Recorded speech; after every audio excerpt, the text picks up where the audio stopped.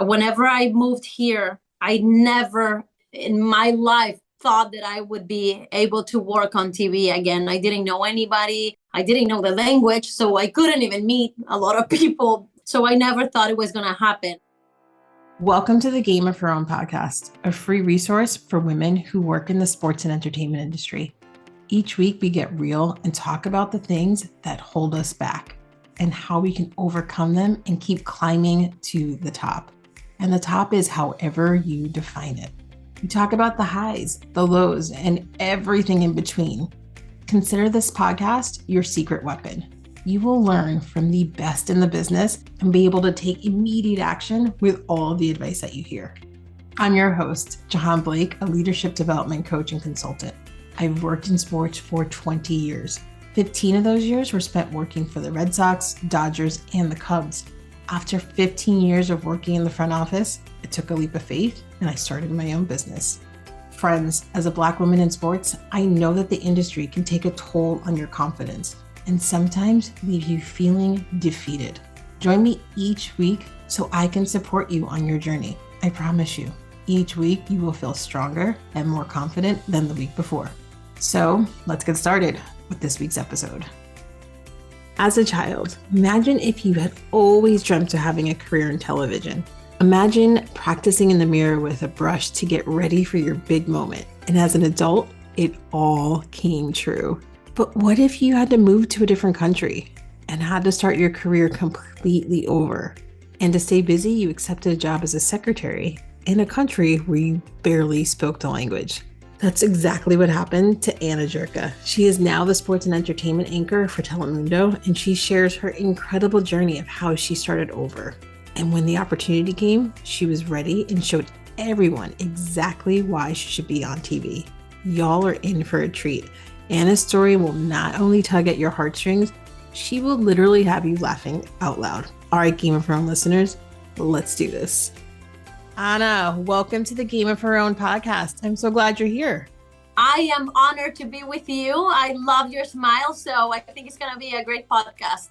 Oh, I thank you. So Ana, tell me, when did you first fall in love with sports? Oof. I think it's kind of like marriage, like you get attracted to a person and then you're falling in love little by little. I would define it like that because it's been a process. I started doing sports by accident, like just because I liked it, but Yeah. I didn't know that I was in love with sports. Like at the beginning when they told me, oh man, you love sports. How did you do that? And I'm like, really? I don't know. Or whenever they would ask me, do you want to do this for the rest of your life? I didn't know what to answer. It was those like whenever you start a relationship, you don't know if you want to marry the guy. So it's been a process. Now I can say it for sure. I'm in love with sports. It's different. It's a true reality show. You never know what's going to happen. I 100% agree with that. You never know what's going to happen. When did that relationship, that courtship, if you will, start? Was it early on when you were younger, or did it start when you were already working in a career? Well, when it comes to soccer, since I can remember, I'm from Honduras originally, and in my country, it's a small country, and the only thing that really unites the nation, that we all are together rooting for the same thing, it's soccer. It's everything around the game, football as we call it. And since you can start talking, you're gonna say goal, we eat, breathe, sleep, dream. Soccer is everything to us. So soccer since I can remember. And when it comes to, let's say, NFL, boxing, I think it was more like in the process. Since I liked soccer so much, I started watching Formula Uno, let's say, and Formula One gave me my first job on TV. So I have a special connection with Formula One because of that, and the NFL. I think I fell in love with the NFL when I came to live in the States like 12 years ago, 13 years ago, something like that. Boxing, the same. Like I would watch it, here and there, but in love, like whenever I started living here and I saw, like, the passion, the fans, the relationship of a fan with a team, with a player, that's when I really fell in love with the rest. Yes, I know that feeling exactly. Like when I first fell in love with baseball, like growing up, watching baseball was like watching paint dry. It's brutal. Like I just didn't I was like, why is this on? Like turn it off. Like I was just so upset when it was on. And then when I moved to Boston, Massachusetts, and so Red Sox fans are just so passionate and just, trying to get crazy. And I loved them and I loved the atmosphere. And like my first game was a Red Sox Yankees game. And that was it. That's when I became hooked on baseball. Like loved sports growing up my entire life, but baseball, it was that moment. And it was because of the fans, similar to you, that like I fell in love. One of the biggest rivalries, like Yankees, Red Sox, it can't get better than that. So tell me, how did you make your way like into sports? You're in a huge role. You are a face, you're reporting, you're out there on the sidelines or commentating. And how did you get into that? How did you get your break? We all know it's not easy. No, it's not easy. You know that it happened when I started in my country.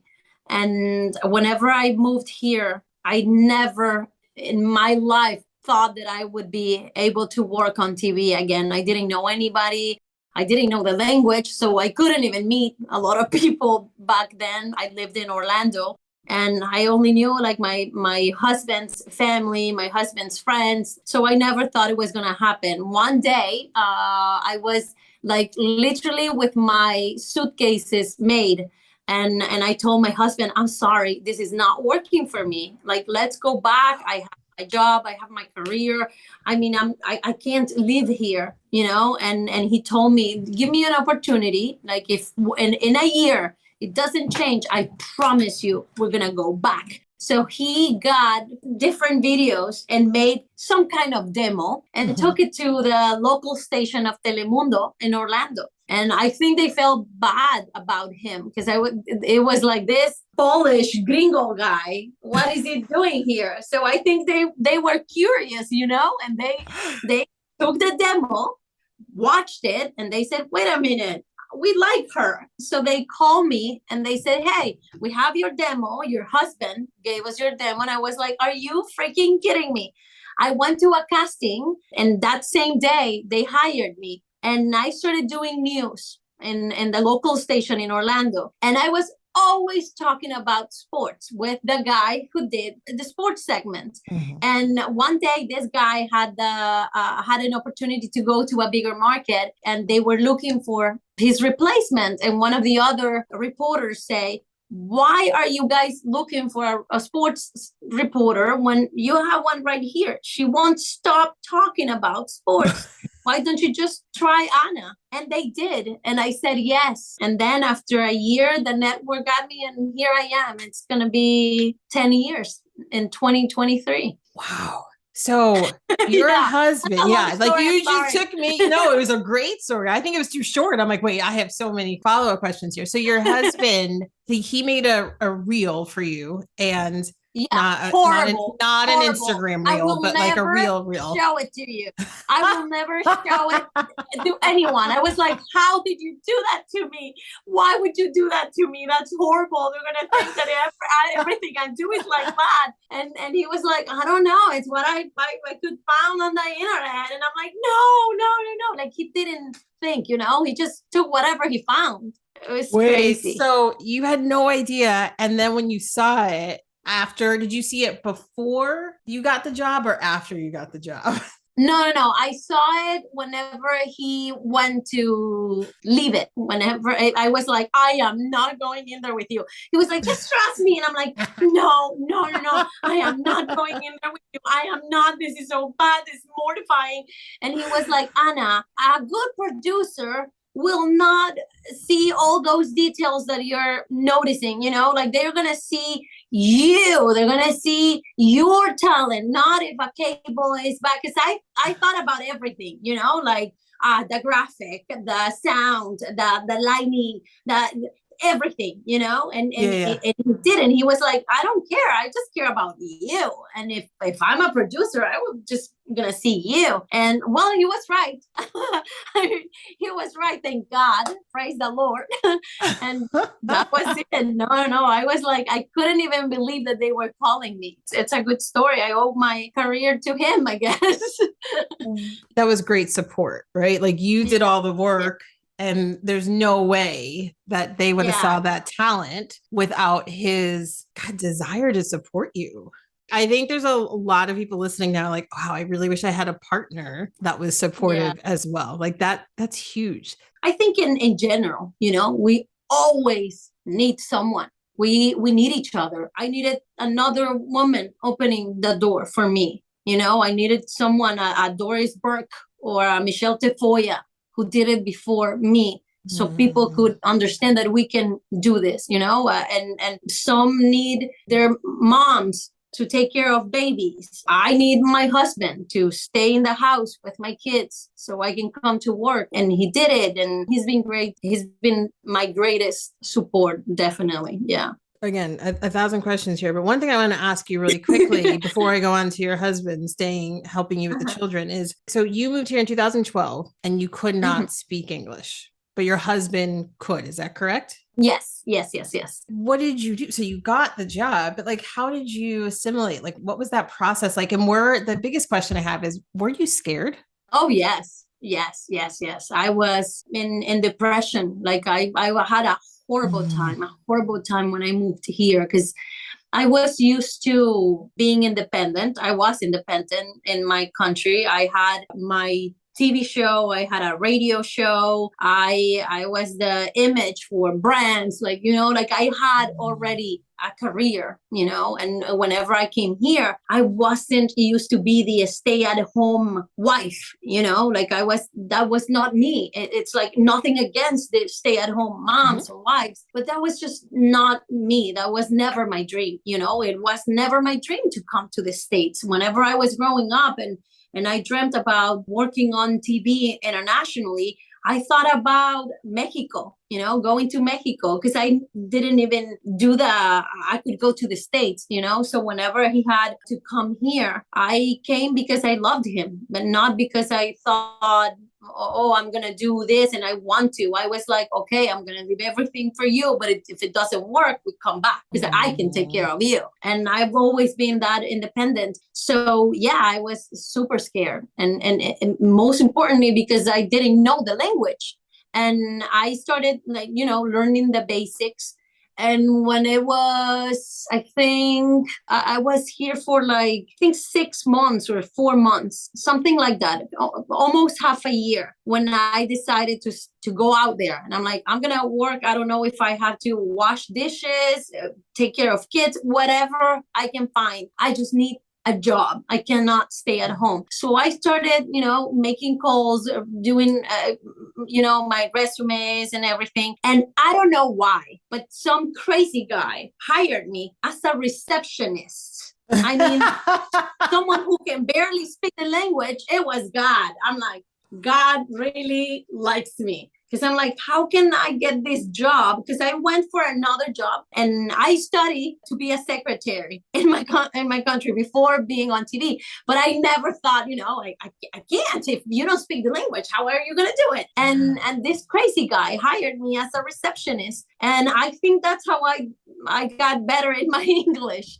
And yeah, that was the most scary thing to me, the language. It still is. Like I still don't get used to thinking in English, I'm answering this conversation. I'm having this conversation with you, and sometimes I'm translating from Spanish to English. So it still is nerve-wracking. I can only imagine. So you're processing everything like double time than what I am even right now in this conversation. Why did you have to move here? Like you took a huge risk, right? First, you took a risk in moving here because you had career-wise everything you wanted. And then you had to take a step back and become a secretary. And you knew that was a possibility. So talk to everybody about why you moved here and what was going through your head before you even got here.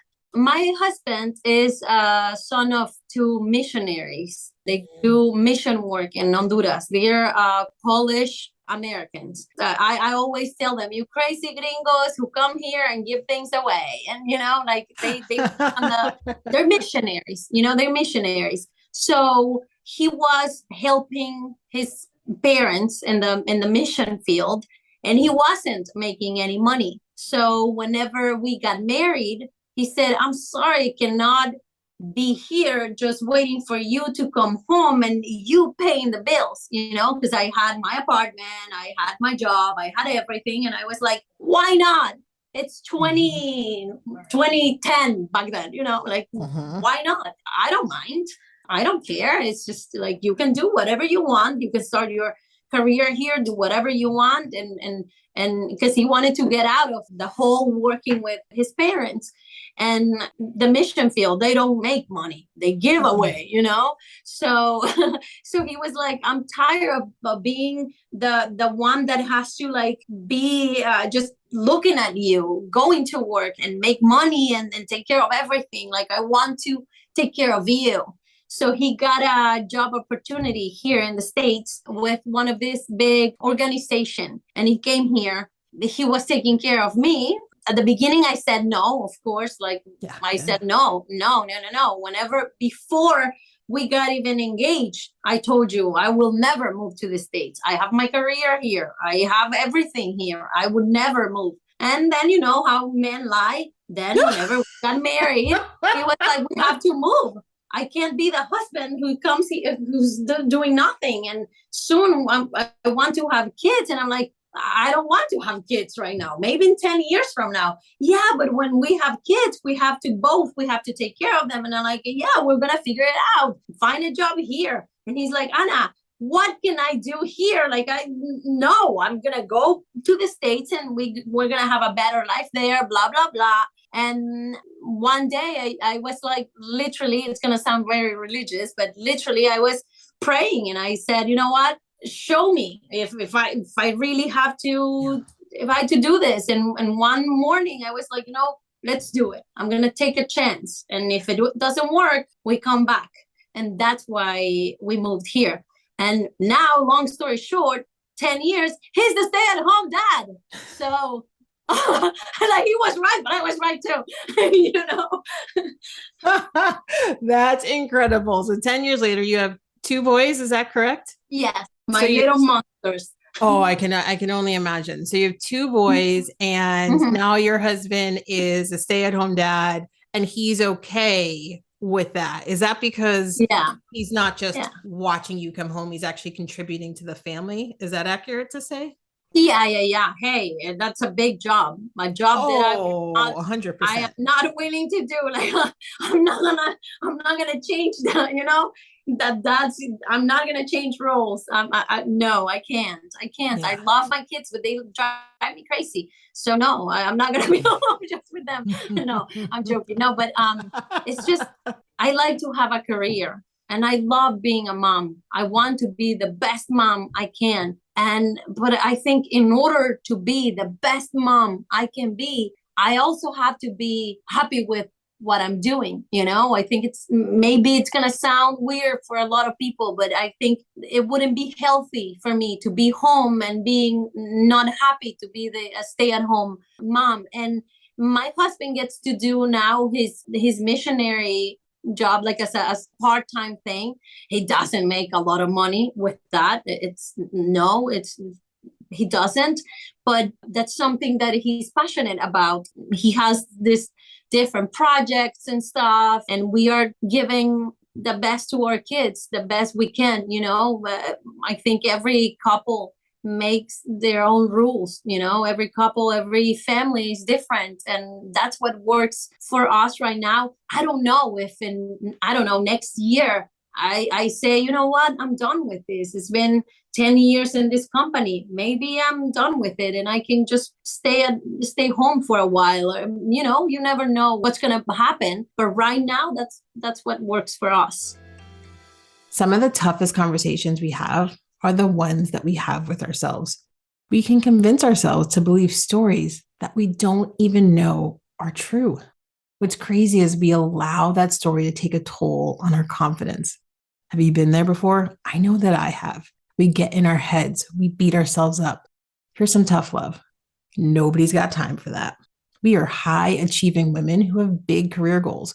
We don't have time to get in our own way. And I am here to support you with my new one-on-one coaching program, Step Into Your Power and Own Your Career. My clients have told me that when we work together, I've helped them get out of their own way, regain their confidence, learn how to manage their emotion and mindset. They've told me that they've been able to get their voice back and use it with confidence. The most important thing, they told me that we've identified the obstacle that was getting in their way. If you want to learn more about this program, scroll down in the show notes, click on the link that says Step Into Your Power and Own Your Career. You can set up time to chat with me and we can figure out if this is the right program for what you need. All right, let's get back to the episode. So you're just living in the present moment. Yeah. Right here, right now, you're just living in the present moment and doing you and you guys, and it works for you all right now. Yes. And that's great. Tell me this. I love what you said about in order to be a really good mom, you have to work. You can't be home with your children all the time. Do you, and I asked this question and I'm not a mom. I have 2 fur babies, but I don't have any children. Yes. My question to you is, and this is really to share with that, well, this whole conversation is to share with everybody, but some people suffer from mom guilt. And while I don't understand it, or I've never felt it, understand it, but I've never felt it, you have clear boundaries. So have you ever suffered from mom guilt? Yes. A lot of times, a lot. There was a moment during the pandemic that I was extremely busy because I usually do sports. Like I was hired to do sports, but during the pandemic, this new show came up, En Casa con Telemundo. It's an entertainment show. The network said, hey, people are staying home. Let's give them some entertainment, some good news, a feel-good show, so they can stay home, have something different to watch. And they said, hey, Ana, can you do us the favor to do this show for 2 weeks during the pandemic, who was supposed to last 2 weeks, And I said, it's okay. Yeah, I can come. And it was like, I was here at 10 in the morning and until 10 p.m. at night because of my other sports assignments. It was crazy. And after 2 weeks, they said, oh, it's going to be a month. Then it's going to be 2 months. Then you know what, Ana? People like the show. So we're going to stay with the show. So it was like a year and a half, which was extremely, extremely crazy. I was here at 9 a.m. and I left here at 11 p.m., sometimes even later. So during that time, yes, I felt so guilty because I was missing a lot of the things. What I did was, what I do now during weekends. In fact, as soon as I get home, people know that as soon as I am home, I'm going to answer just certain people.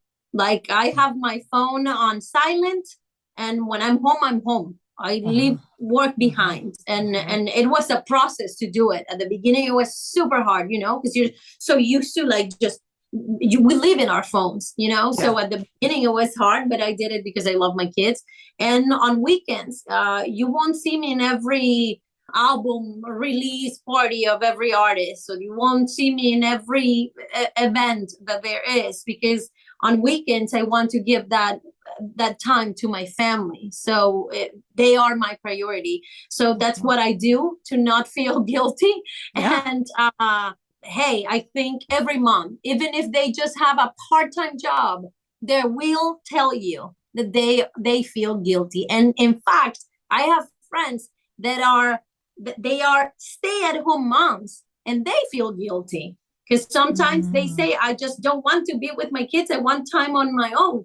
And I think it's part of being a mom. You just have to learn to set your priorities straight and set boundaries and do the best you can, because, we're not perfect. We're human. That's the best you can do.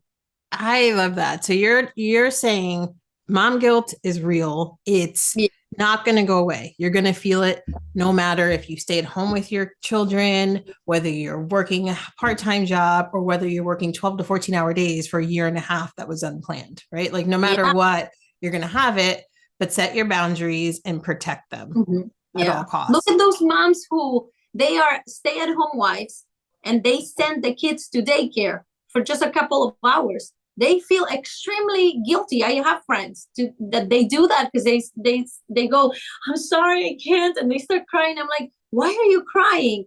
And they go, because I'm a stay-at-home mom. I shouldn't be doing this. I shouldn't be taking my kids to daycare, blah, blah, blah. And I'm like, you know what?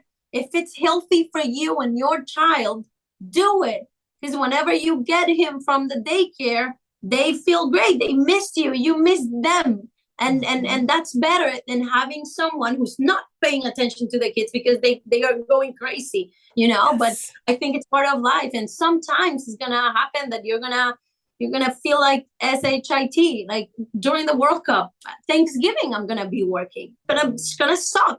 I know that day I'm going to be, it's not Thanksgiving. It's not Thanksgiving. It's not Thanksgiving. It's going to be hard. But at the same time, I train myself to think every important thing that my kids have, I'm going to be there. I'll try my best to be there. And I want to show my kids that if you want to be the best, you have to make sacrifices. And this is the sacrifice that I'm making, which is the biggest sacrifice I make. It's not waking up early to read what's going on with Lewandowski, Messi, whatever.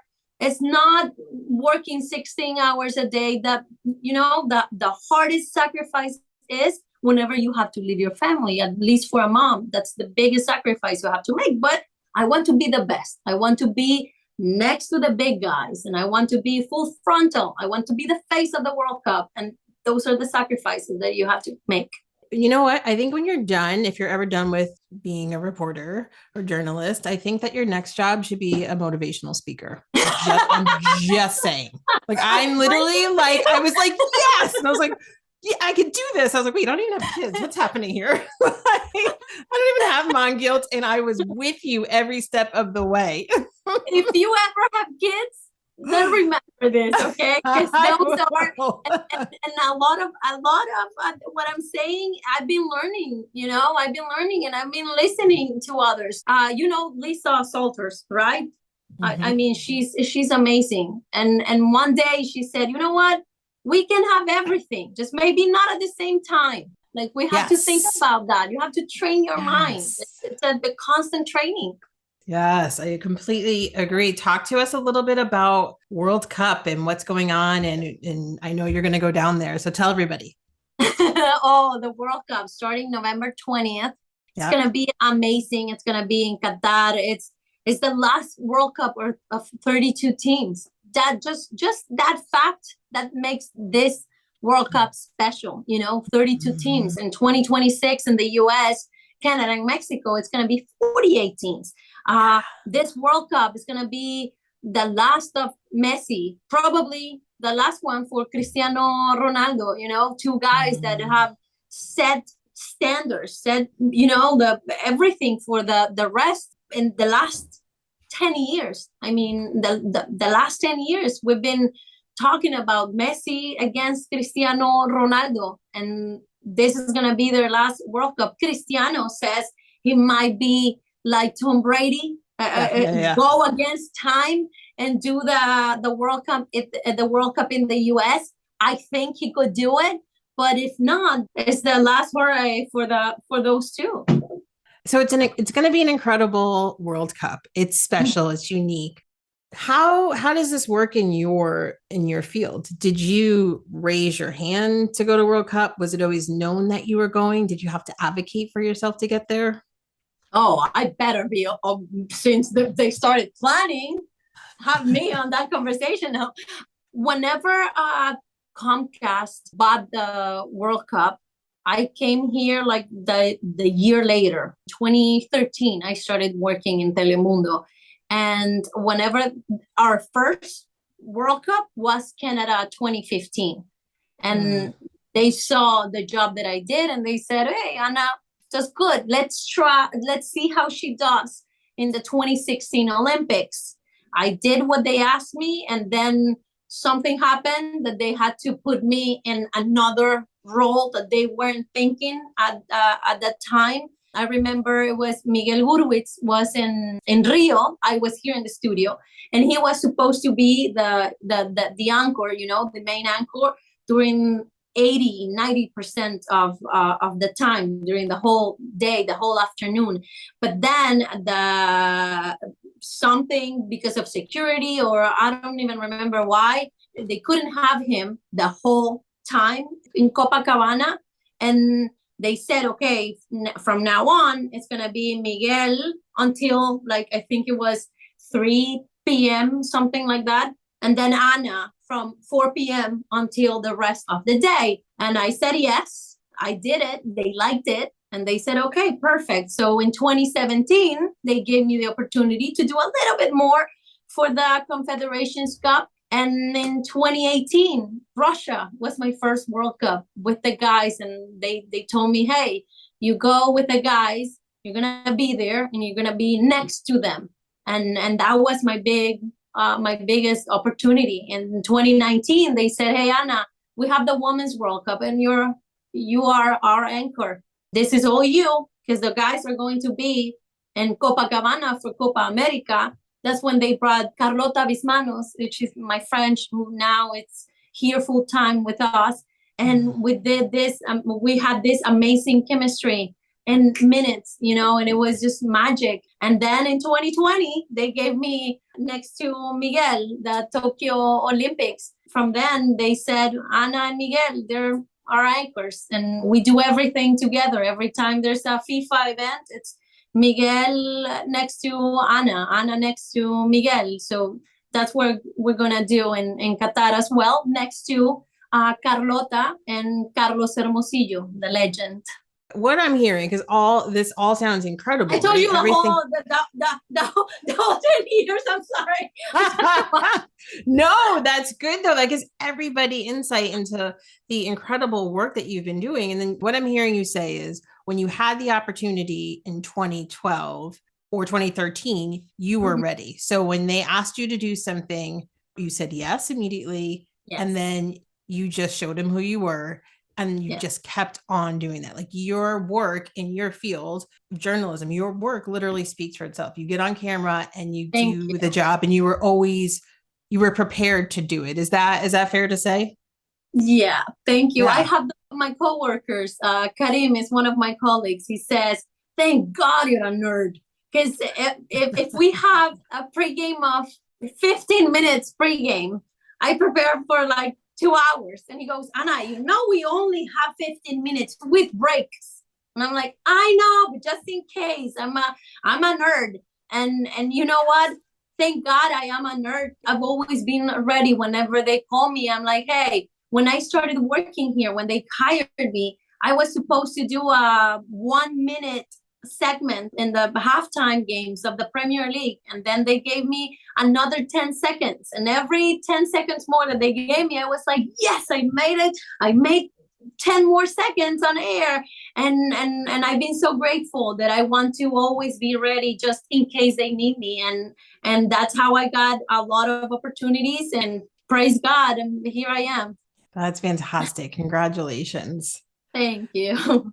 So are you ready? I don't know if you're ready for this, but are you ready for rapid fire questions? Oh, I'll try to be ready. All right. So it's really easy. 12 questions. First thing that comes to your mind. Okay. All right, here we go. What is your favorite sports moment? The only Super Bowl that went to overtime. Tom Brady. Oh, yes. That was in Houston, wasn't it? Yes. Yeah, yes, you're so right. Yeah, I remember a lot of angry fans, Falcons fans. I was crying, then I was laughing, then I was crying again. I'm a big Tom Brady fan. I love him. He's my idol. Okay. Yes. Whenever I saw him the 28-3 like this, I was like, this cannot be happening. This cannot be happening. And all my coworkers, Tom Brady haters, they were like, oh, yes. And then everything switched. Donta Hightower, thank you for that tackle. Thank you for that interception. It was crazy. So, no, that's my favorite sports moment so far. Yeah. So far, that was a good one. All right. What is something people always get wrong about you? Ooh, they think I'm more public than I really am. Yeah, I can see that. What is one food you wouldn't want to give up? Arroz y frijoles. Yeah. Rice and Mm. beans. I could eat rice and beans or beans with tortillas for the rest of my life. That actually sounds really good. Yeah. I think I know what I'm having for dinner. Are you a morning or a night person? Oh, night. Definitely night person. Yes. Favorite holiday? Oh, Christmas. Dog or cat person? Oh, I'm afraid of cats. Yes, me too. And I say, I'm like, they can be cute.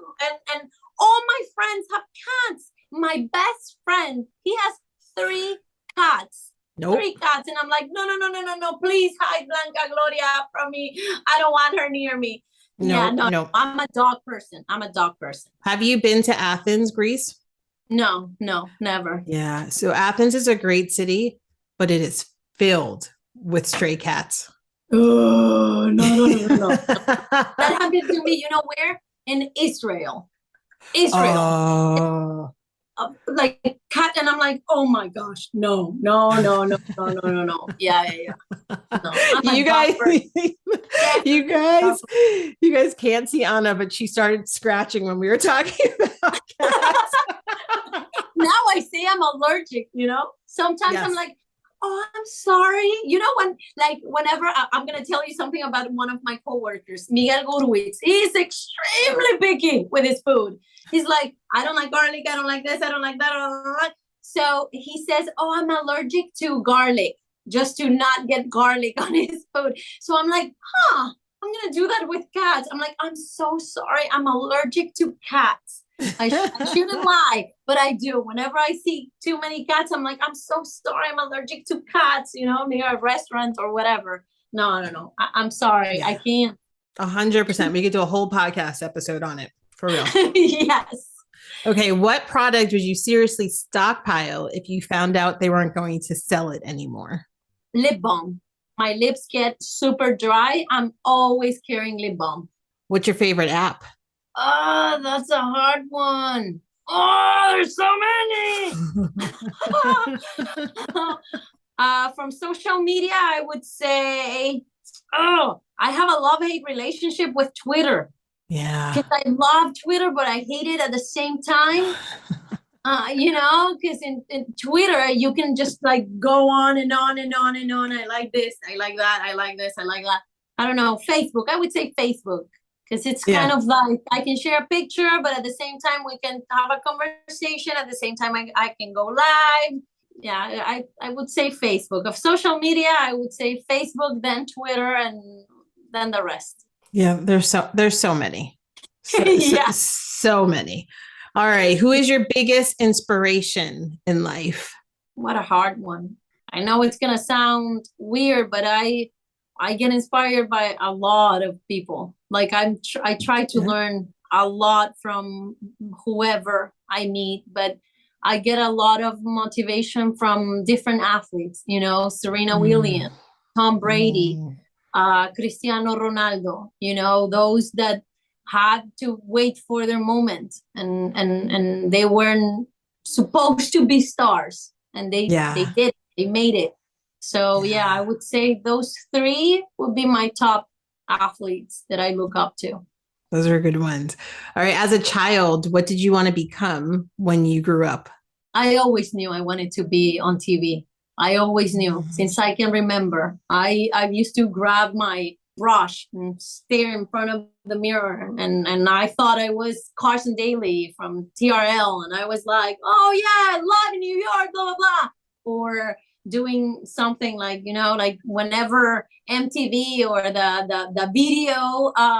the video music channels were something, something more than what they are right now. I used to dream I would do that. I remember I would be completely entertained and I would like forget about everything in my life and go on something different when I was watching TV. So I was like, man, I wish someday I can do it, just entertain people, just make them forget about their days, their issues, or whatever they're going through, just by entertaining them. So yeah, I always knew that I wanted to be on TV. Oh, if young Ana could see you now, like that's, I love it. Okay, last question. Finish this sentence. The future of women working in sports is? The future of women in sports, it's beautiful. Yes. I think we are just getting started. We just have to respect what we are doing, respect the path that others open for us, and keep working hard. Yes. Ana, this was such a treat, such a pleasure. If someone wanted to get in touch with you, how could they go about doing that? Twitter? Everybody knows now. Twitter is where you are. Twitter or Instagram. On Facebook, I'm really bad at private messages in Facebook, but I think I do pretty good with, when sometimes I tweet, they tell me, hey, I sent you a DM, blah, blah, blah, and on Instagram. Yes, fantastic. Well, thank you so much for spending this time with me. This was a pleasure. Thank you. Thank you so much. Those were really, really good questions, and I really had fun. Thank you. One of my biggest takeaways from Ana's story was something that we don't always talk about: following your heart, even if it means putting your career on hold. It doesn't mean you have to put it on hold forever. You can come back when you're good and ready. It's interesting. She's not the only woman I've heard of doing this in our industry. And in every case, the woman has come back stronger and better than they were before. I don't know, just some food for thought. Until next week, my friends. In the meantime, let's stay connected. Join me on Instagram or LinkedIn. You can find me at Jahaan Blake. Please make sure to say hello. I love connecting and getting to know everyone in the Game of Her Own community.